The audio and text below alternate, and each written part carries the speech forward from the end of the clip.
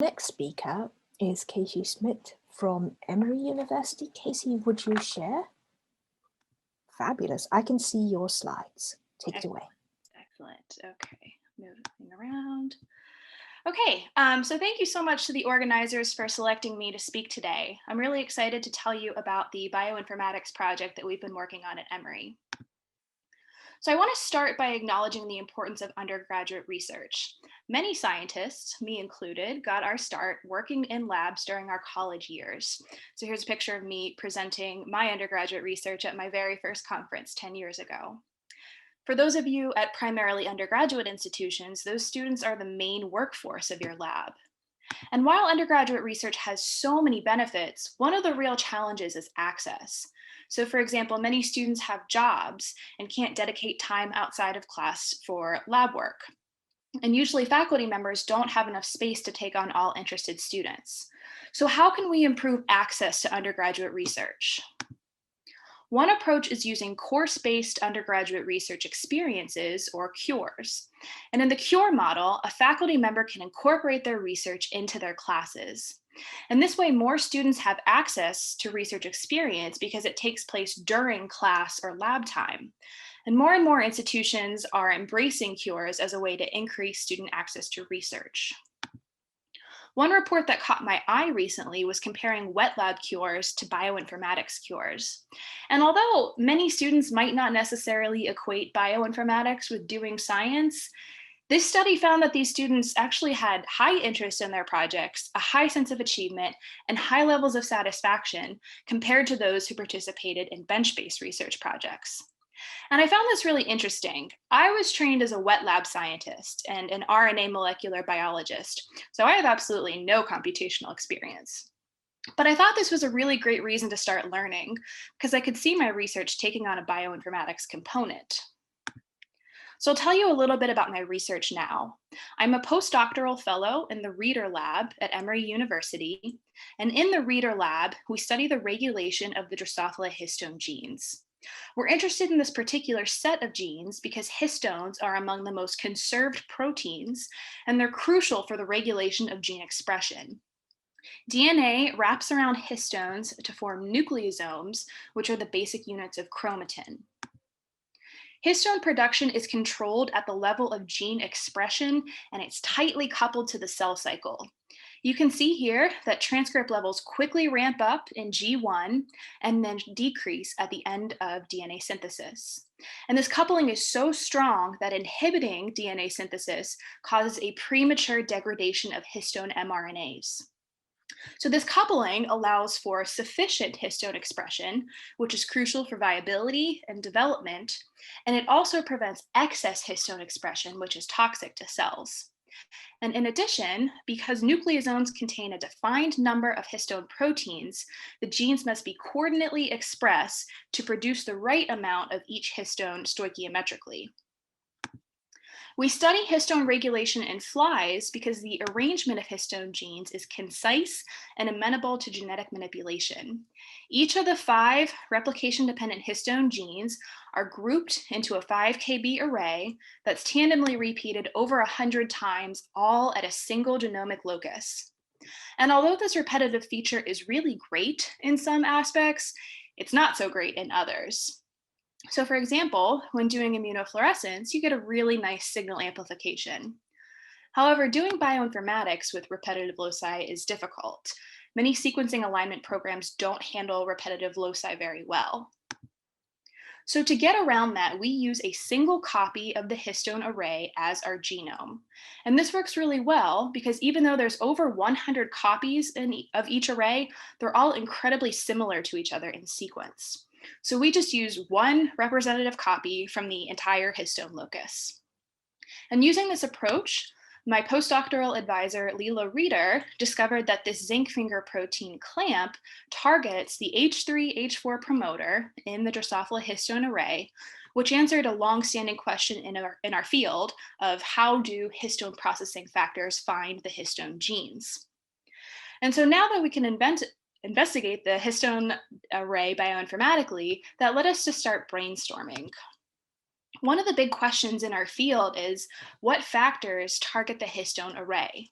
And while we know of some factors like clamp and others, there's really only been a few attempts to comprehensively identify novel factors. There's also a ton of publicly available data that is ripe for mining, and the histone genes have largely been ignored in genome-wide high-throughput studies. But that's way too much data for one person to handle. So we devised a bioinformatics cure where students could mine these databases and look for candidate factors that target the histone genes. And in addition to all of the benefits of cures, this has the added benefits of bioinformatics.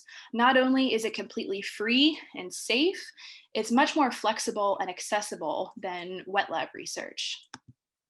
We took advantage of the COVID-19 pandemic to pilot this cure. Our labs at Emory shut down in March and then reopened over the summer with extremely limited capacity. And to date, we still haven't been able to have our undergraduates come back into the lab. But all 4 of our students who had been in our lab previously were willing to pilot this cure for us. And in this iteration, we followed a scientific method model, where we first instructed our students to acquire information. We pointed them to the literature and guided them on how to use PubMed, and we also had them look at protein interaction databases such as String. The students chose a protein to study and came up with a hypothesis, and then we taught them how to find data in NCBI GEO. We next took advantage of Galaxy, which is an open source platform that integrates many bioinformatics tools and allows you to do sophisticated analyses without any computational experience. So it's perfect for people like me. So here's what the Galaxy user interface looks like. You can upload or import to your data, and then it'll show up over here in your history. And then you can search for different tools. We use a series of tools to check the quality of sequencing reads and align them to our custom genome. And I created several tutorials for the students with lots of screenshots on specifically what they need to do to carry out these processes. So the students then make conclusions on their findings and then repeat the process, incorporating the new information that they found. So these are our 4 students, Greg, Mary, Melissa, and Dabin. Melissa and Dabin are both giving posters next week, and Melissa's going to be giving a talk tomorrow in the undergraduate platform session. So you will have to check those out if you want to see what Melissa and Dabin found, but I'm going to highlight Greg and Mary. So Greg was interested in looking at Drosophila dosage compensation factors, because one factor that we study at the histone genes called clamp is also involved in dosage compensation. So these are all known factors, and Greg was not too pleased to see that none of them were enriched at the histone array. And even though we tried to tell him that this is still important and meaningful data, he was not satisfied, and he set off to try to find something else. So he then used the String database to look at proteins that interact with this factor mute, which we know targets the histone array. And he came across this factor EAF, ELL associated factor, and he actually ended up pursuing ELL, which is a transcription elongation factor. And he found a really nice enrichment of ELL at the H3-H4 promoter, and he's currently looking at some RNA-seq datasets. And Mary, on the other hand, started by looking into the literature. She found this paper suggesting that certain transcription factors that we know target the histone array interact with this protein called SYN3. And then she found a paper with a data set that did ChIP-seq on different isoforms of ChIP-seq of SYN3 in Drosophila. And she found this really interesting enrichment pattern for SYN3 at bidirectional promoters in the array. And Mary's following up now by looking at HDAC and histone acetylation datasets. So at the end of the fall semester, the Emory Biology Department wanted to advertise people who were taking on undergraduates for virtual projects. So I added my contact information to the list, and I took on 9 students, most of whom are first years. And instead of just setting them free into PubMed and letting them choose proteins, I wanted to add a little bit more structure this semester. So they're investigating histone post-translational modifications at the histone array. And we're starting in mod encode, where there's a ton of histone modification ChIP-seq data. So far, they've gone through this whole process once, and I'm currently working with each of them to figure out what their next steps are. Here's some example data from one of the students who's investigating H3K4 trimethylation. which is traditionally found at gene promoters. So he mapped ChIP-seq datasets at 3 available time points in modern code, and he sees this interesting distribution over certain gene bodies. Here's some data from another student who's looking at H4K20 monomethylation. And this mark is interesting because its deposition is also tied to the cell cycle, just like histone expression. And he sees an enrichment over gene bodies, but also in some intergenic spaces as well. So I want to close with how we're planning to execute this cure in the future. So I think it's important to recognize that our approach isn't necessarily identifying factors that play a role in histone biogenesis, but rather providing candidates to test their role in histone biogenesis. So I think a major next step would be to follow up in the lab to do validation studies.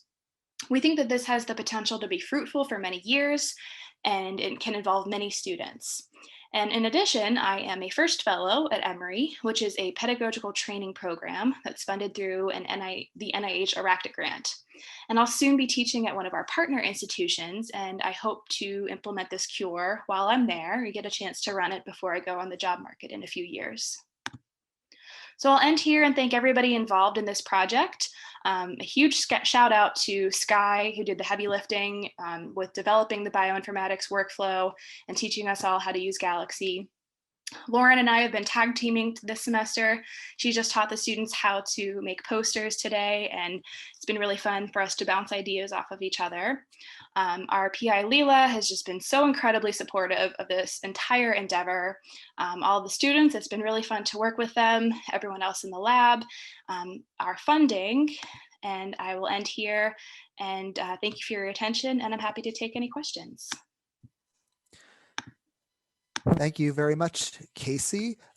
So I've got a question in the Q&A box for you. So Ali Smith is asking, can your tools be expanded and manipulated to expand to other research projects such that PIs, grad students, and postdocs can run a program like this even during rotation projects for grad students and mentoring undergraduates? Yeah, definitely. I think that using all of this publicly available data is really important, and that's what it's there for. And yeah, I think we have some collaborators who are looking at other loci as well, not just the histone genes. I think that this approach could be expanded to look at other repetitive loci as well, maybe taking a single copy of ribosomal RNA genes or things like that. So yeah, I definitely think that this could be expanded. So thank you. I have a question. So but your 2 iterations, the first one was with 4 students, then you had 9 students. So did you have to alter your workflow at all to go to a larger group? And then how do you envision if you're teaching a lab of 24 students or something, when it gets larger, do you envision anything that has to be altered? Yeah. So going from 4 to 9, it was a little bit different because our 4 students had been in the lab already, so they were all very familiar with the background. So we kind of had to change, and the 9 students is ongoing now, change it to, add in new information to teach them about histone modifications and organization of histone genes. And yeah, I'm wondering if I implement this in a class, it might actually be easier because it'll already be in the curriculum and I won't necessarily have to create materials to teach them all these things. So yeah, I think it'll definitely change, and no matter what level I implement it at, whether it's a intro course or an upper level seminar course, yeah, I think scaling the background information will be important. And Ryan Maloney asks, do you incorporate any amount of peer training among the students to help them support each other? Yeah, so Melissa and Dabin, who are both presenting posters, they are our TAs for this semester. We have a Slack channel or Slack workspace, and we have a helpline channel that Melissa and Dabin kind of monitor. So as the students have been going through Galaxy, and if they get an error or something isn't working out, they can post it in the helpline channel, and Melissa and Dabin can help them out. And we're starting now to transition to, for our weekly meetings, having the students present their data. And so I'm trying to get them now to critique each other and provide feedback and suggest next steps. And so make it more of like a informal lab meeting share type situation. All right, awesome. Thank you very much. So I think we will move on because of time. Thank you.